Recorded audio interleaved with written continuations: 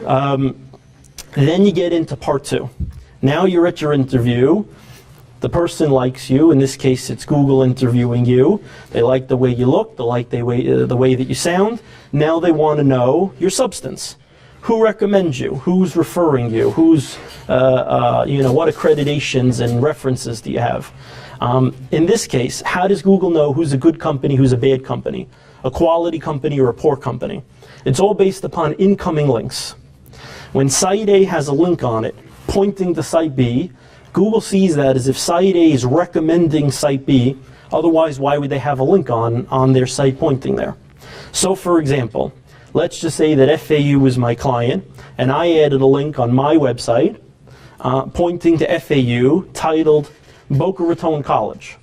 Google's going to see that as I'm recommending FAU as a site that I think should come up at the top of the search engines for Boca Raton College. There's many criteria when you get into this link building. Is it a one-way link? Is it a reciprocal link? Is it a three-way link? I personally try to stick to the one-way link building. Is the site linking to you industry related or not? So, for example, let's just take myself as a web developer and internet marketing firm. A printer or a graphic designer linking to my website would have a lot more value than, let's say, a pet store linking to my website. I'll give another example. Let's say two people are testifying in court. One is the local bartender, the other one's Governor Charlie Crist. Of course, the governor's testimony is going to have more weight than the local bartender's, right? Same idea here. The higher ranking the site is that's linking to you, the more value and credibility that link is going to have. So what is my job as a search engine marketing expert? It's to get as many, whatever my client's industry is, it's to get as many industry-related links pointing to my client's website without them having to link back. Lots of ways you can accomplish this through directories. There's over 5,000 free business directories on the internet. You can do manual submissions. Of course, can be quite time-consuming, but you can have a team doing manual directory submissions to build up that link-building process. One of the newer things I'm going to speak about in more detail in a moment relates to social media optimization. Things I'm sure you're all familiar with. MySpace, Facebook, LinkedIn, YouTube, Dig, Delicious, Twitter, etc. Setting up accounts for your clients or for yourselves for your own entrepreneurial projects, and submitting links and putting links in there pointing to your articles and your websites. The next part's going to have to do with blogs, articles, and press releases. Actually getting content out there on the internet related to whatever topic it is that you're trying to get top search engine ranks for. So for example, I could write an article about how to build a website search engine friendly. And I can post it out there on the internet on all kinds of article related websites. And then of course at the end of that article, I'm just going to happen to recommend my company. You could also do it in a different way. You can make it very clear that it's a press release. We are promoting ourselves, or again, if you're doing it for your client, you're writing it up and saying that this is who we are and these are services that we offer. So just a different point of view, but a way of getting content out there on the internet. These are all just some examples of ways to do the link building for your own sites or your clients' websites. In summary, by the time Google sees all of that on-site search engine optimization that we discussed, and it finds all this one-way link building, you come up at the top. As long as these different factors stay in play, yourself or your client, whoever's website it is, should have those rankings for a good period of time. My clients usually still have their rankings 3 years, 4 years, 5 years down the line without having to pay any additional fees. That's just a brief synopsis on that search engine optimization. There are other types of internet marketing that are certainly growing.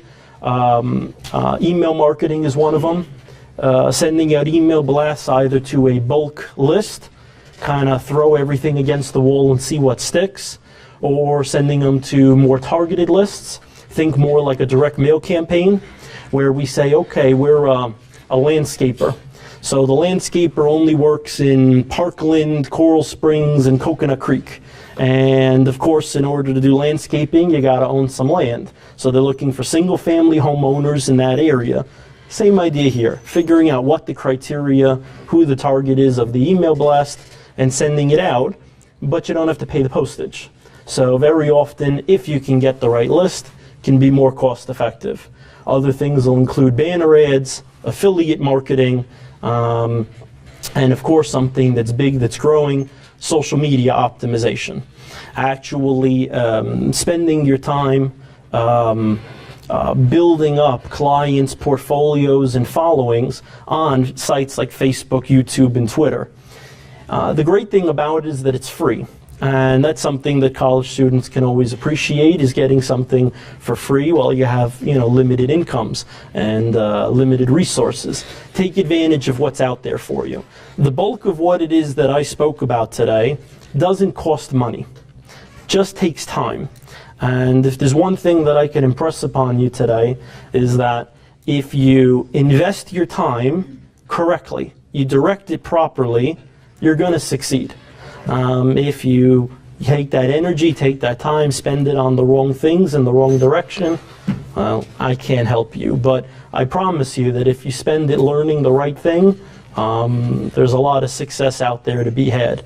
I can tell you that personally, I currently have over 3,400 clients that I do graphic design and printing for, over 400 clients that I do all their website development and internet marketing.